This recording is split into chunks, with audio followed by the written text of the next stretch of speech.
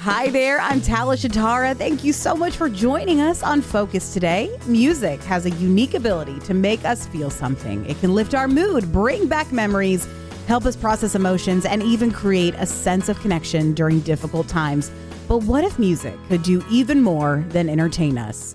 What if it could be used as a tool to support our mental and emotional well-being? Today, we're joined by Allyson Rodgers, a music and vocal psychotherapist with Music and Miracles and a private practice owner in Brentwood. We'll explore the powerful connection between music and mental health, the science behind why certain songs can instantly change how we feel, shout out Taylor Swift, and how we can use music more intentionally in our everyday lives. All right, Allyson, what an interesting conversation. What an interesting topic. Thank you so much for being with us. Thank you for having me. And yes, shout out Taylor Swift always. You know what? I am a firm believer that music can literally save your life. Yes. And I kind of learned that through Taylor. When I'm having, just a little personal thing, I suffer from anxiety. I suffer from panic attacks. And everyone knows, my closest friends and family know, if she's having a panic attack, ask her about Taylor, put on some Taylor, just anything. It brings her back to center.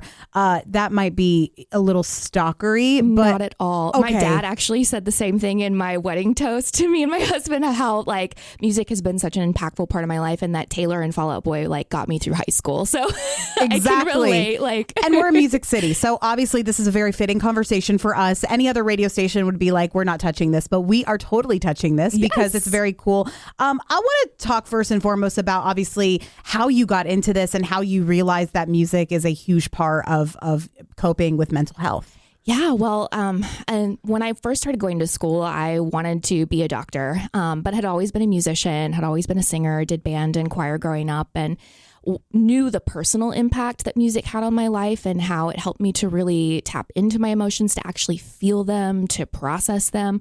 And so I felt the power of music and saw it when I was with my friends and how it made us very close in choir and band.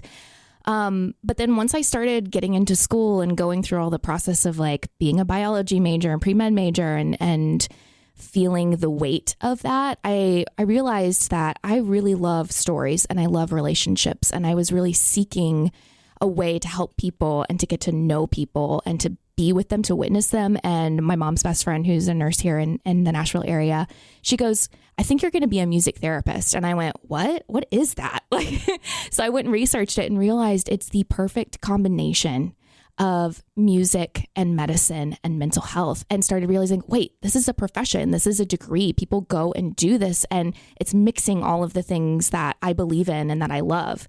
And so I was able to actually put science and research to the power that I had already experienced. I want to talk about that because I think people might think that this is made up, but there is actual science and data behind this. Let's talk about that. And let's also talk about your education. Was this a focus when you were in school? Yes. So I have my bachelor's degree, Bachelor of Science in Music Therapy. There are music therapy degree programs across the country. And then I went ahead and got my master's of music therapy, specializing in music psychotherapy at Temple University in Philadelphia. So there are all forms of degree programs, undergraduate through doctoral programs. Wow. And so obviously, let's talk about, the different types of ways that this can help you. Does it matter what kind of music? Is it really to each their own? Kind of give me the lay of the land on that. I love this question. So our research shows us that familiar music, preferred music is the way to go. I get this question all the time, like, what's the best music for me? What's the best music for my child? And it's, well, what do you like? Because it's comfortable, it's familiar, and it's going to have the impact that we were just talking about with like reducing anxiety because it's predictable, it's structured, we know what's coming. Also, songs that we grew up around, the reason they feel nostalgic is because they are, it gives us a connection to our family, to our friends, to memories. So there's a reason why those feel so supportive to us. Yeah. And I feel like, it's really interesting because I remember I would hear a song and it would transport me back to most of the time a really happy place. Mm-hmm. But also it can do the opposite as well. Mm-hmm. What do you say to people should people refrain from listening to songs that are bringing up trauma, or is that healthy? Tell me about that. Yeah. And that's actually a big part of our advocacy and why we talk a lot about, obviously anybody can use music, but part of our job as music therapists is to help stop harm. And music is incredibly powerful. And with power comes responsibility, right? So we can have really positive experiences and we can, unfortunately, sometimes have harmful experiences. So I always educate in the mental health world because trauma is what I work on. If a song is sending you into a spiral, if you're noticing that you're having certain thoughts that are not helpful to you, that's a time when we want to pause a song. If a song is related to a specific event, then maybe that's not something that we want to go and listen to outside of the context of a therapy session until we're able to actually build a relationship with that song again. I actually have a clinical experience where someone brought in a song and they were actually terrified to share it because it was a song that meant a lot to them, but had been associated with a trauma. And over the course of a few months, we were actually able to slowly work them into being able to listen to that song again. But it was through like very careful, very safe ways of re-exposing them to that song. I'm happy that you mentioned obviously some real world practices that you do with your clients and your patients. Let me ask you this, a typical music therapy session with you, Allyson, if I'm coming to you, what does that session look like? What are we doing in that session? Yeah, everybody's a little different. So part of music therapy is we're working on health and wellness goals. So when somebody first comes to me, I'm going to do a full intake. We'll get to know each other. The relationship is so important. So I want to get to know that person and what their needs are, what their preferences are. Once we establish those goals, then we can kind of, the sky's the limit. So we might work on songwriting. We might listen to a song and talk about what it means to us or how it's showing up in our lives. A lot of times I'll get people come in and they're like, this song has been following me around and I don't know why. And we'll kind of get into the symbolism of it and they'll realize, oh, wait, it's reminding me of this one time with this one person. And it kind of opens a doorway into deeper discussion. I'm also a vocal psychotherapist, so I do a lot of breath work and singing, or we might play instruments. But I think the biggest thing I tell people is you do not have to have musical experience. This is not just for musicians. This is for literally anybody.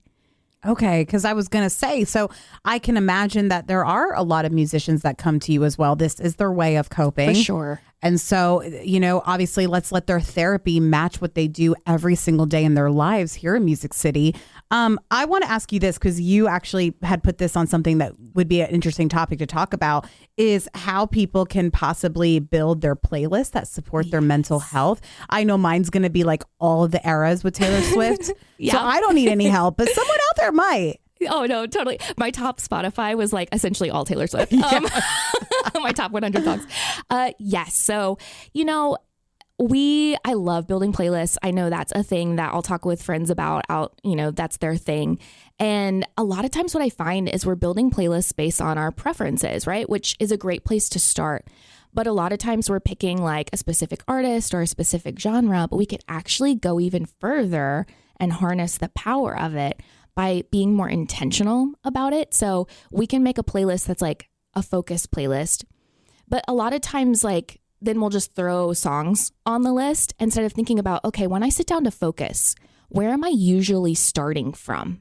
When I'm feeling like I need something to help me focus, I'm usually kind of in like a floaty place. Maybe I'm a little anxious. So I actually want music that starts me in that place and then will bring me through the course of the 30 minutes or hour, set to a more focused place.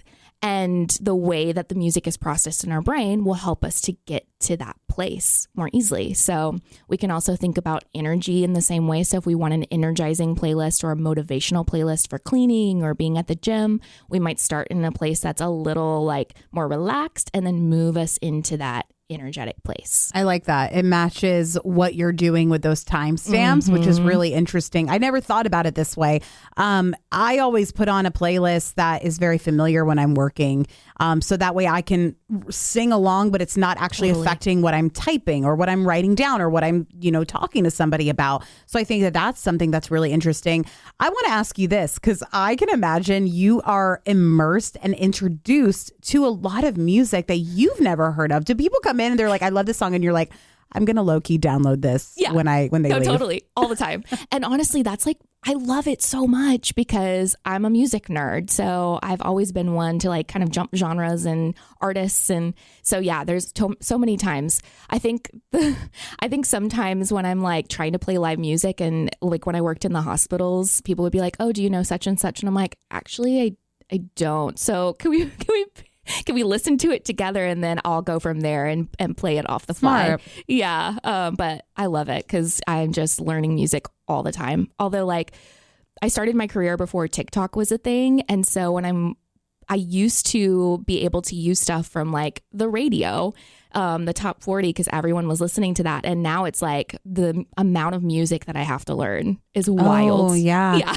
I was going to say TikTok has this way of like bringing also music back. Yes. Like songs that we thought were in the past or from our parents' era. And then they have this revival on TikTok. It's very, very cool. We are constantly inundated with music. But again, we live in Music City. We're not complaining about it. I love it. I want to ask you this as well. Obviously, you know, if someone's listening and thinking, you know, I've tried different types of therapy, you know, all the somatic, DBT, CBT, all the different types, but they've never tried this. Who is the perfect person for this kind of therapy practice? Yeah. Well, music therapists work in all different settings, all different, with all different needs and ages. So I've worked from pregnant parents all the way up through my oldest client was 100 years old. So anybody is appropriate for this. I would say we want to look to see, would music be motivating or would it be less helpful?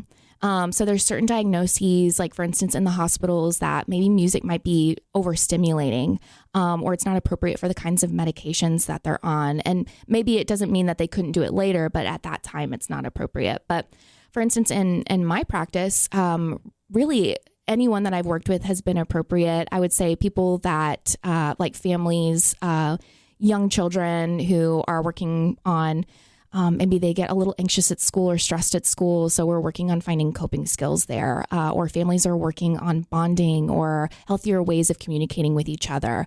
A lot of the adults I support were working through improving their relationships or navigating traumas or stress or work-life balance. So those are all the people that are typically appropriate for an outpatient kind of setting. Well, let me ask you this, because you mentioned children. Do you see children often? Yes, I do. Yeah. I see them in the context of families, but then also by themselves. Okay.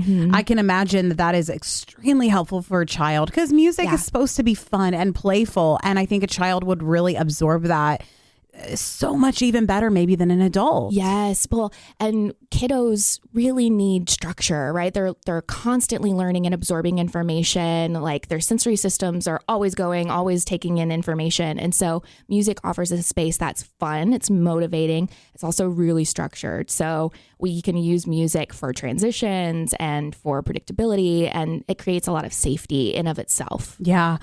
Something that you had mentioned earlier is you do a lot of breath work. You do a lot of singing. You guys play instruments. But let's talk about the physical health aspects about it. Let's talk about, obviously, you know, how singing can impact the body, the breath, the movements, all of that stuff. I'd love to hear about how that translates into your physical health. Oh, for sure. So I kind of already referenced this earlier, but the way music is processed is throughout the entire brain. And so we're not only getting like the nervous system regulation part of it when we're singing or making music, we're also getting the hormonal part of it. So it's releasing dopamine, those feel good chemicals, right?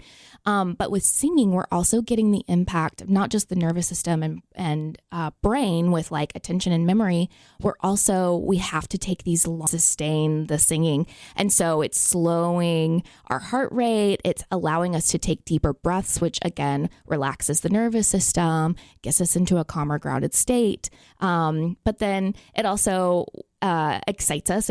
We want to move around when we're doing it. A lot of people might dance or tap their feet. And then there's the social component. You know, when you're singing with other people, when you're at a concert, like there's nothing like that in the world. I mean, the Eras Tour was an example of that. So it makes us feel connected to each other, even if we don't know each other. Yeah. Yeah. And I feel like, honestly, I now think about it. And if I'm having like a panic attack, maybe the best thing to do would to break out into song. It kind of forces you to take those breaths, because a lot of people that suffer from panic, anxiety, all those things, they forget to breathe when they're having an episode. This would be a good reminder to do so.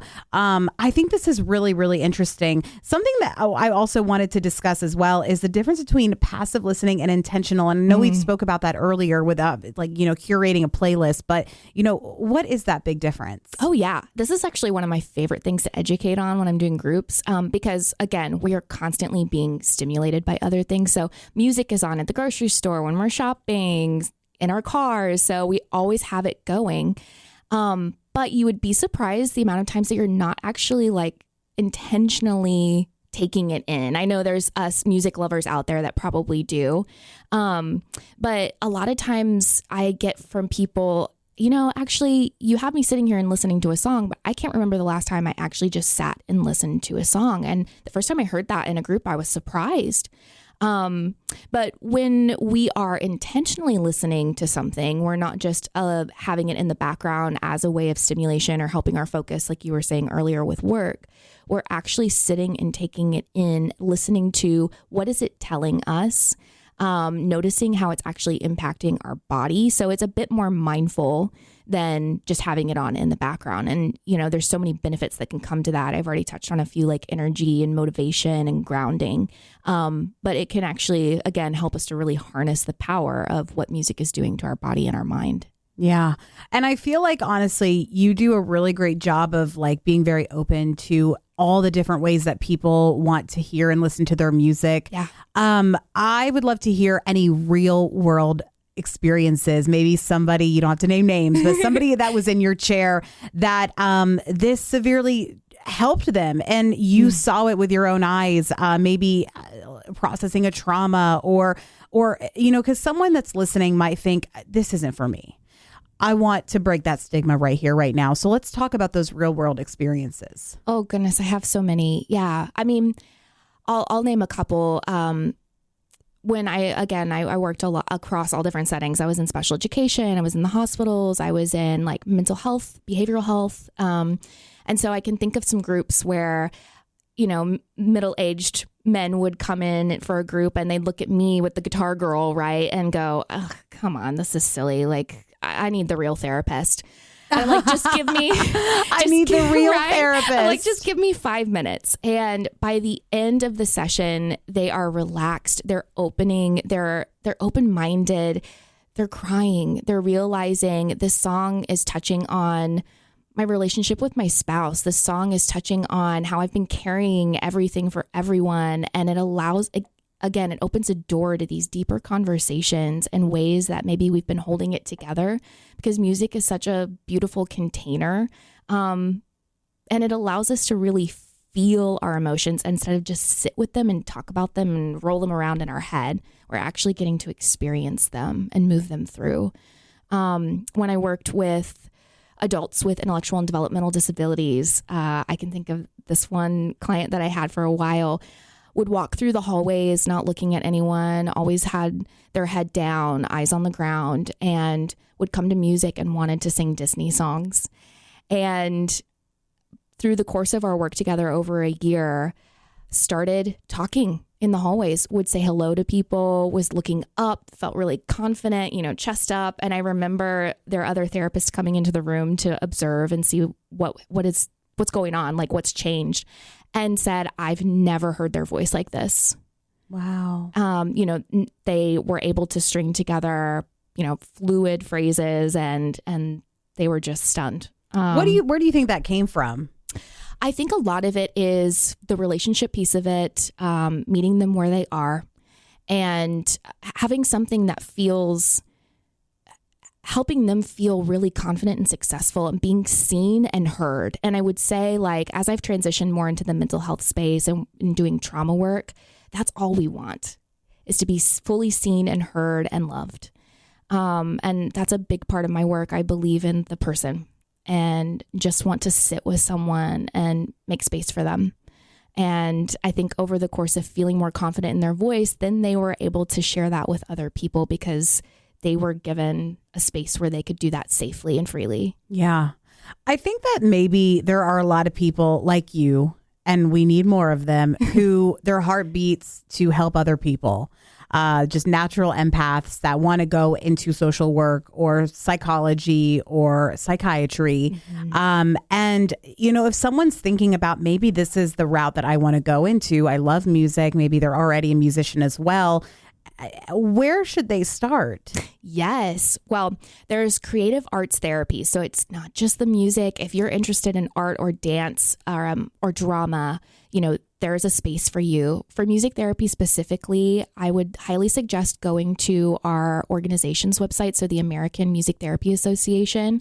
There's a ton of information out there that talks about music therapy, what it is, who it supports, and the programs that are out there. But Belmont is a local university that has a wonderful, wonderful music therapy program. I can imagine. Yes. Yeah. I had the privilege of teaching there for a little while. I love the department there.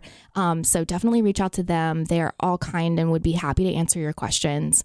We have 3 other universities in the state of Tennessee, University of Memphis, University of Tennessee, Chattanooga, and then Austin P, that also have music therapy programs. And then I'm always happy to talk about it. I love yapping about it. I can tell. I love people that are so passionate with what they do. And you also mentioned, you kind of talked about obviously working with middle-aged men and maybe even an adult with intellectual, disabilities. I'd love to hear a story about how a child was able to succeed in your chair. Yeah. Gosh, I have a bunch. So one came in and was really struggling in school, had a lot of trauma from certain people in that environment, and was really struggling with behaviors, anxiety, which then bled over into the home environment. And parents wanted to be very understanding of what had happened, but also knew that that was something that just needed to be addressed. And so came in, and this kiddo was so musical. And again, just meeting them where they were and allowing them the freedom within boundaries and within a structure to create music. And over time, we were working on things like impulse control and attention and some of the anxiety kind of coping skill stuff. I was able to teach them how to create and record their own songs because they had so many songs in their head that would just happen all the time at school. And we found out slowly over time, that's what was happening, is they had all these creative ideas and nowhere to release it, no outlet. And so our music space became an outlet, and slowly over time, then that started happening at home, and they were able to start creating like drawings and movies to their music. And then the behavior started shifting, the anxiety started shifting at school, and the teachers started noticing that there was like essentially more freedom in their brain space to like actually focus at school. And they felt safer with adults because they were able to have a trusted adult relationship that was outside of the family unit in the therapy space. So there were just so many benefits there. I mean, therapy's great. Mm-hmm. I'm sure you just heard me have like a little stroke. Therapy is great. I think it's amazing. I think putting a child in therapy, they might look at it like a punishment. They might look at it like a chore. They might look at it as something that is not making them very comfortable. In fact, doing the exact opposite of what it's intended to do. But adding this element to it, kind of it's like almost like dipping your vegetables in chocolate. It's really a great way to introduce children to their mental health and introduce them to processing their emotions by having fun with it. Exactly. Yeah. And I think the biggest takeaway from that experience that I just said was the parent goes, you didn't put any expectations on them. It was just letting them have a space to say, hey, this stinks. Like, I don't like what's happening here. And having a space where they could, again, build that confidence. And I've heard from so many families that I've worked with that, like they've tried other therapies and it it didn't work because the kid wasn't motivated by it. They didn't know what to say. And I think that's the beautiful thing about music therapy is you don't have to say anything. Music can be that tool to tell me everything I need to know. Absolutely. And I think something that people probably are listening or wondering, I don't know if I have trauma. I might not have trauma. Is this still right for me? Is this the only way that this can help me? What are some other ways that what you do can help someone and they don't really have to have any trauma to begin with? Totally. Yeah. Some other ways, if we're just talking about like, how can I work on creating a less stressful environment? Like, how can I improve the communication in my relationships? How can I, get connected to my music again? I think that's a big one you touched on, working with musicians. And I hadn't worked with musicians specifically until I came here to Music City. And we actually started working on how can I just have a better relationship with something that I love that has turned into my job. And so now I don't really have a great relationship with it. So it could also be just exploring instruments or songwriting because maybe you didn't have that experience as a young person and now you're wanting to have that experience. So it doesn't just have to be for these really deeper mental health needs. It can also be just being proactive about your health and your mental health. I was going to say also, your line of work of music therapy shows up in so many different settings, because I was hearing you earlier say, I've worked in hospitals, I've worked in inpatient, outpatient, I've worked, where else have you worked? I've heard everywhere. All of these places. And you are very much needed in all of these settings. Where were those places? Yeah. So I have special education. Yeah. In Texas is where I came up, in Dallas. And then I've been in oncology, pediatrics, neurorehabilitation here at Stallworth, Vandy. I've been in behavioral health, like inpatient and outpatient psych. Wow. I mean, everywhere you can think of. You truly have done what you do across all boards, yeah, which I really, really love. I would love to know also a little bit about, where people can go to kind of find out if this is right for them, maybe to get in touch with you and how to start that process and how to know if it's actually working. Some people quit therapy very quickly, either because it's too hard or they're not seeing the results as fast as they want. What would you say to them and where do they need to go? Yeah, well, I start every relationship with a free consultation. So we get together. I am very quick to tell you, hey, maybe I'm not the person, but I have somebody else in mind. I love having relationships with other providers in the area, not just music therapists. So that consultation will give me and you everything you need to know. I can answer all of your questions. If you're looking to speak with me, my business is Music and Miracles. We're down in Brentwood. You can find me online, Allyson Rodgers and Music and Miracles, kind of everywhere. If you just type that in, it'll pop up. But then if you're just curious if it's even for you, again, there's the website, American Music Therapy Association. It'll tell you a little bit more about music therapy. But I'm an open door and happy to answer any questions you have. Are you currently taking new patients? I sure am. Yeah. Okay. The summertime, I'm open. Don't you hate when you find a great therapist and they're like, I am such high demand. I am not taking new clients right now. But again, even if you call me up and I don't have space, I have a wonderful network of people that I am more than happy to share. Yeah, I can imagine, obviously being in Music City, that there are a lot of music therapists on every corner. Yes, there are a bunch of us. I'm one of the only ones that does music psychotherapy specifically, but there are a bunch of us around. So if you just type in Music Therapy Nashville, you'll find a list of private practices and nonprofits that offer music therapy. I thought it'd be fun to close out with a fun lightning round with you, because I think asking a musician and a music therapist some questions about music gives us a better understanding. Right now, favorite artist, go. Taylor Swift. I love you. I love you. Do you have a favorite era of Taylor's? Reputation. Great one. I feel like it's underrated. It is. And she knows that. She says it. Yeah. I love it. Let's talk about favorite genre, because that could be anything. Well, so I am a singer-songwriter outside of all the many jobs that I have. I love pop rock. That's the music that I write, but I'm a pop girly. I love Sabrina Carpenter, Taylor, Chapel Roan. I love everybody. I knew I liked you. I knew I liked you. We'll be besties after this. We will. A favorite movie soundtrack. Oh, well, again, I love musicals. So the last 5 years is a Broadway musical, and I love that soundtrack. I love the original Broadway recording and the movie one. I think they did a great job with that. Really, really cool. Yeah. Favorite concert you've ever been to? The Era Store. You went? I did. Where? I was lucky. Here in Nashville. Good for you. It was fabulous. Night 1, night 2, night 3. Night 2. Rain?